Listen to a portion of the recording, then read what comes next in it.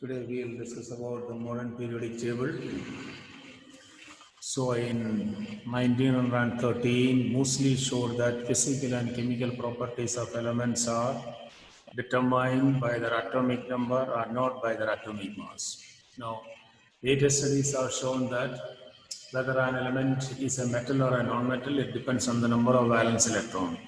To get the number of valence electron, we must look for the electronic configuration. To get the electronic configuration, we should have the atomic number. So that is why the modern periodic law states that the physical and chemical properties of elements are the periodic functions of their atomic numbers. Now remember, Mendeleev's, all the earlier classifications were based on atomic mass because that time it was believed atoms are indivisible. Now it has been, we know that atoms can be divided. So what do we say that the physical and chemical properties of elements are periodic functions of their atomic numbers. Now why this atomic number? You understood it? The chemical properties of an element depends upon the number of valence electron. We know that metals are electropositive. That means all those elements which are less than 4 valence electron, these valence electron can be lost. And therefore we say metals are electropositive. And non-metals which are having more than 4 valence electron can gain the electron, and since they become electronegative. So whether an element is electropositive or electronegative, that depends on the number of valence electron. And to get the number of valence electron, we should know about the electronic configuration. And to get the electronic configuration, one must know the atomic number. That is why it says the physical and chemical properties of elements are periodic functions of their atomic numbers. Atomic number is defined as a number of protons or number of electrons present in a neutral atom. Number of protons present in the nucleus or the number of electrons present in a neutral atom is known as atomic number. Alright. So the modern periodic table is based on atomic number. So the basic difference between the earlier classification and the modern classification is this. All the earlier classifications were based on atomic mass, and now the modern classification is based on atomic number. The most commonly used long form periodic table, that is, we'll be studying. The basis of classification. You know, the electronic configuration of elements. The orbits have to be full.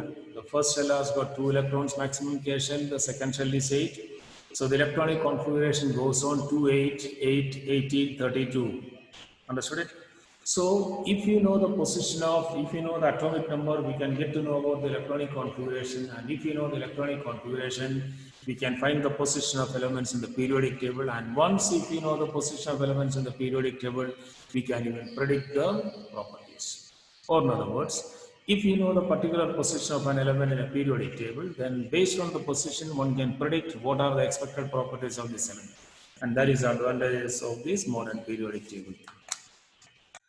According to physical and chemical properties of elements are related to the number of electrons in the outermost shell. As I told you earlier, the electrons present in the outermost shell, which is known as valence shell, they are known as valence electron. And valence electrons are the one which determine the properties of the element. For example, potassium, let's take its atomic number 19, electronic configuration 28881. So it has got 1 valence electron, and this 1 valence electron, there is option, as we have studied it on the chemical bonding, the metal has to gain electron, or sorry, they have to get the nearest inert gas configuration. It is obtained by gaining or by losing electron. As far as potassium is concerned, it must gain 7 electrons to get the octet complete, or it must lose 1 electron. So gaining a 7 is very difficult, therefore potassium tend to lose that 1 electron and making it electropositive. So Na K plus.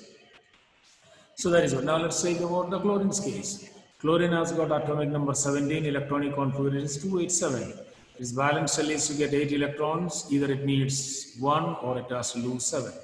So losing 7 is extremely difficult, therefore it gains 1 electron, and gaining of that 1 electron make it electronegative, that is its valence becomes Cl minus. Understood it? So that's the way one can predict or one can understand the properties of elements based on its atomic number. Alright? On the basis of this classification of element, the repetition of similar valence shell configuration after certain level of intervals, because when the electronic configuration of elements are taken in, isn't it? Like what is the electronic configuration of fluorine? 27, chlorine 287. So they all belong to one particular group, one particular family, and that is how it is being classified. Okay. So between lithium and sodium, there are 8 elements, potassium to sodium, 8 elements, rubidium to potassium, 18 elements, cesium to rubidium, 18 elements, and francium to cesium, 32 elements. So that is it. Now, in the long form of periodic table, there are horizontal rows called as periods and the vertical columns known as groups. These two terms are very important. The horizontal columns are known as periods and the vertical columns are known as groups. It's same as that what Mendeleev did. There is no similarity of properties in the period, whereas there is similarity of properties in the group. And here also in modern periodic table also, there is no similarity of properties in period, but there is similarity of properties in the group. The vertical columns in the periodic table are called groups, and each group consists of elements having same valence electron. So that is one property of the group.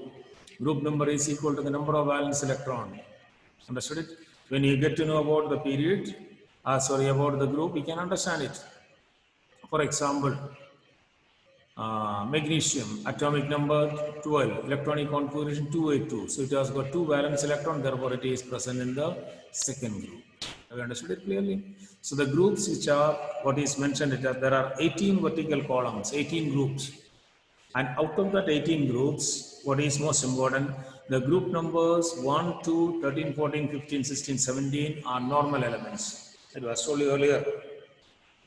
Normal, the elements are broadly classified into two. They are normal and transition elements. Normal elements are those which have only the valence shell or the outermost shell incomplete. Normal elements are those which have only the valence shell or the outermost shell incomplete. Clear? So say for example, aluminum, its atomic number is 13, electronic configuration 283. So according to when we say that it belongs to the group number is equal to number of valence electrons, so it must be in the group number 3, but it is not, it is in the 13 group. Understood it? Let's say carbon. Carbon's atomic number is 6, electronic configuration 2, 4, valence electron is 4. So one shouldn't say that it is in the 4th group. It is in the 14th group. So that is what I told you. Group number 1, 2 and 13, 14, 15, 16, 17 are normal elements. Understood it? Then the group numbers which are placed in between in the periodic table, that is 3 to 11, 3 to 12, they are known as transition elements. Transition elements are those which have got the last two shells incomplete. Transition elements are those which have got the ultimate and the penultimate shell incomplete. For example, Fe. Fe is electronic configuration is 2, 8, 14, 2. 14 is not a criteria. The valence shell can have less than 8 electrons, so that is right. But the penultimate shell should have 8 electrons. Instead of that, what it is written 2, 8 and 14, 2. So last two shells are incomplete. Therefore, Fe belongs to the group number 8. Understood? That is in between. These elements are known as transition elements. So elements are broadly classified into two. Normal elements are those which have only the valence shell incomplete, and transition elements are those which are the valence as well as the penultimate shell incomplete. First difference is that. The second one, normal elements have got fixed valency. For example, the valence of aluminum is 3, whereas the valence of Fe is 2 and 3. The valence of copper is 1 and 2. So valency gets changed. So they have variable valency. So all those elements present in group number 3 to 12 have got variable valency. And normal elements have got fixed valency. What is the valence of potassium? 1, sodium 1, beryllium 2, magnesium 2. So these all have fixed valency. Normal elements have fixed valency and transition elements are having variable valency. Got it clear? And the third difference is normal elements form white salt. What is the color of common salt? White. What is the color of potassium nitrate? White.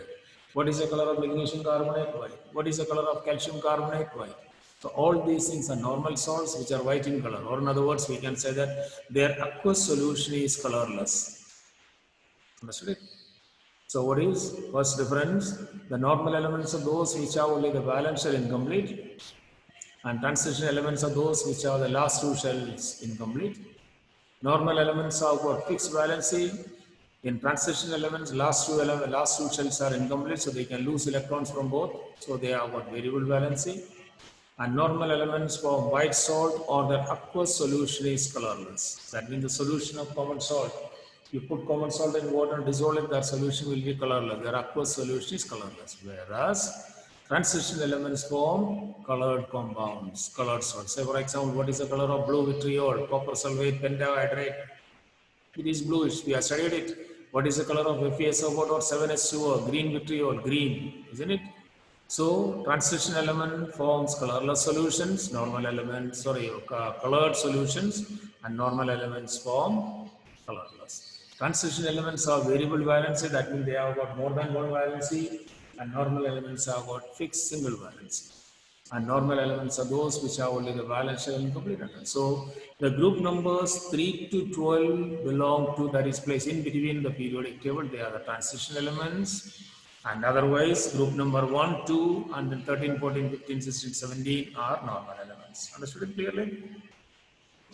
So the first group elements, that is all those elements which have got one valence electron, that is the first group element. It is known as alkali metals. Lithium, sodium, potassium, rubidium, cesium, and francium. These all metals are normal elements, and they all are known as alkali metals. The reason is they get reacted with water to form alkalis. We have studied in the first chapter or second chapter alkalis. Those metallic hydroxide which are soluble in water are known as alkali metals. Understood it? And group number 2, that is beryllium, magnesium, calcium, etc., they are known as alkaline earth metals. Understood it? And similarly, the group number 13 is boron, so we call it as boron family or carbon family, nitrogen family, oxygen family, etc. It is named on the first member of the group. Understood it? And the 17 group elements are known as halogens. 17 group elements are known as halogens. So this particular name you should know.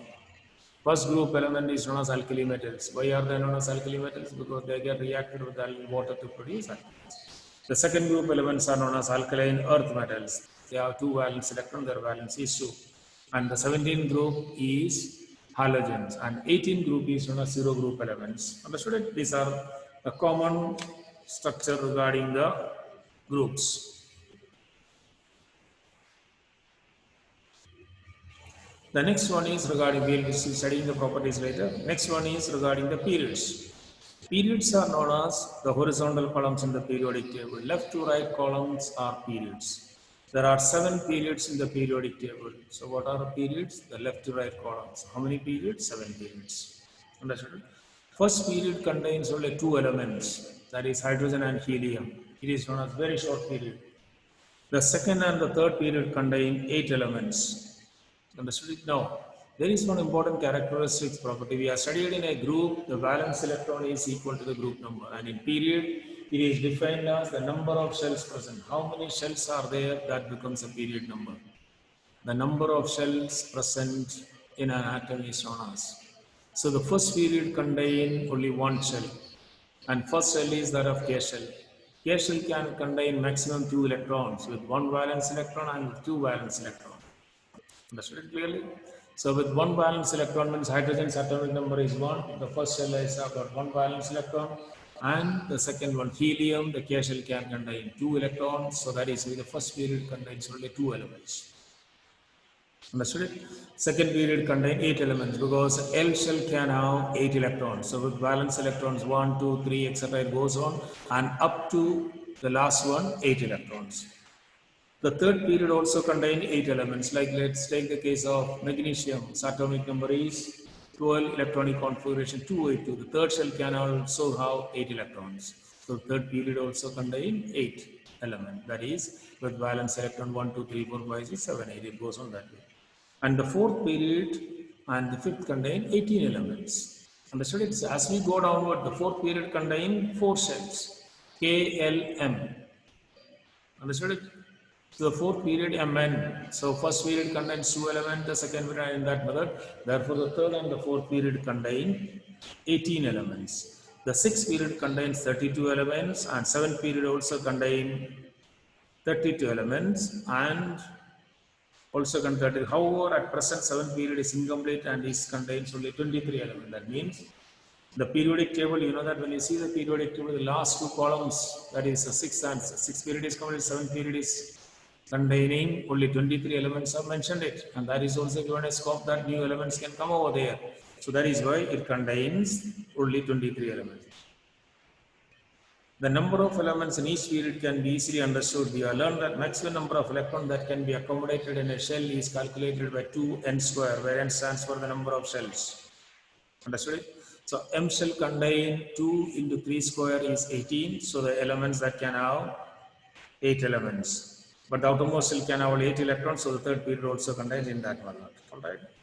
First 3 periods are short period. As I told you, first period is very short, and the second and third period is short period. And then fourth and fifth is long period and very long period. It is that. Recently, the periodic table is divided into 4 block elements. Elements first and second are called S block element. These groups contain 13 to 18 are P block element. These elements grouped to 13 to 12 are D block elements, and that method. Now, why these? What are these block elements? Simply, I'll give you a brief idea. Since it was not the part of the syllabus, so you may not have studied the electronic configuration up to the subshells in 9th standard. So the electrons are present in major orbits and which are divided into subshells. So in which subshell the valence electrons are present, that makes the block elements. Understood it? So S, P, D, F are the subshells. The S subshell can have maximum 2 electrons. So with S subshell 1, that is group number 1, and S subshell group number 2. So first 2 groups are then called as S block elements. Understood it? And then group number 3 to 12, it is going that way. People 3 to 12 are called D block elements because their valence electrons are present in the D subshell. And 13 to 18 are called P block elements because their electrons are present in the P subshell. So that is why the classification is gone in this way: S block, P block, D block, and F block elements. Understood it? Simply you understood it clearly. P block elements means the valence electrons are present in the P subshell. D block means they are present in the D subshell. That is very easy. It is not part of our syllabus. Alright. So you understood this much? The brief description about the groups and periods.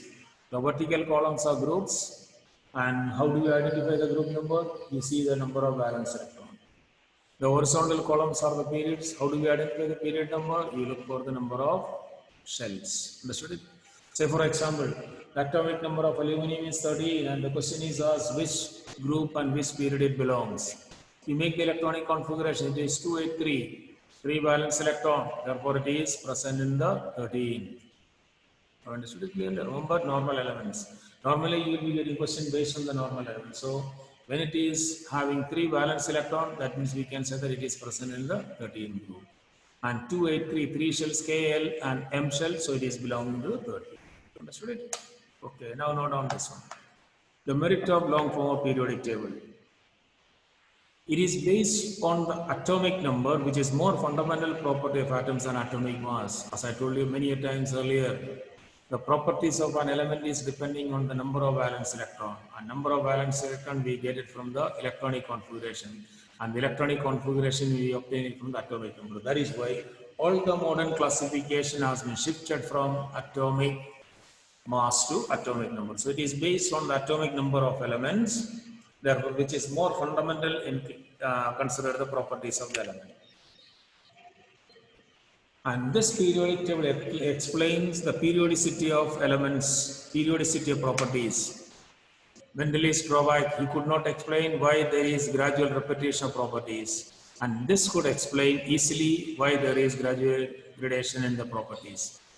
So, explains the periodicity of properties of the elements. Why we can say that? Atomic numbers, the valence electron, when it is moving from left to right, increase by 1, 2, 3, 4, 5, 6, 7.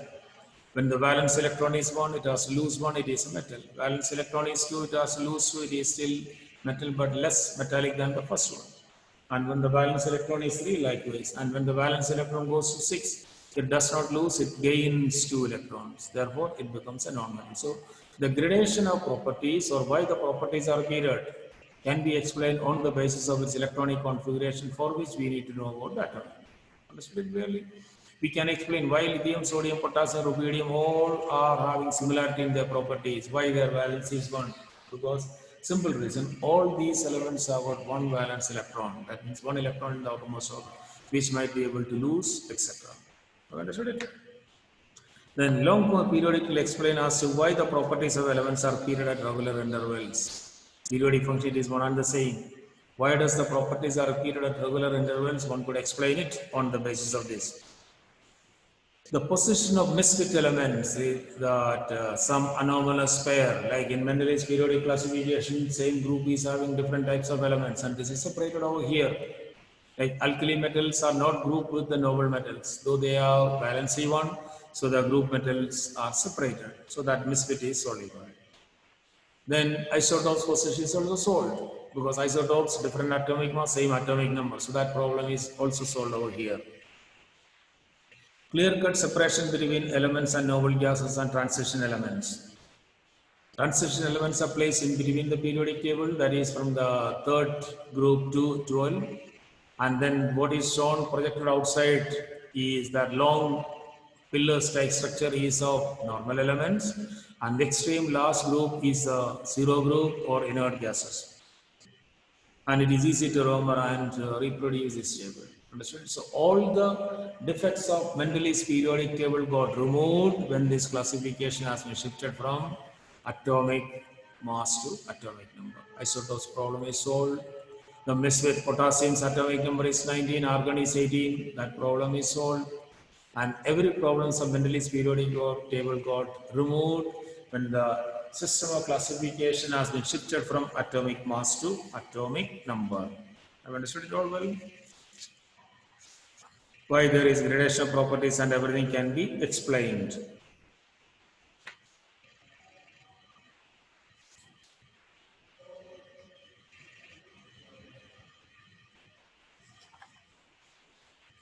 Okay, tomorrow we'll do the properties of periods and groups to be understood a little bit. Okay, so revise it completely. This chapter is completely going to be asked. All right. Yeah.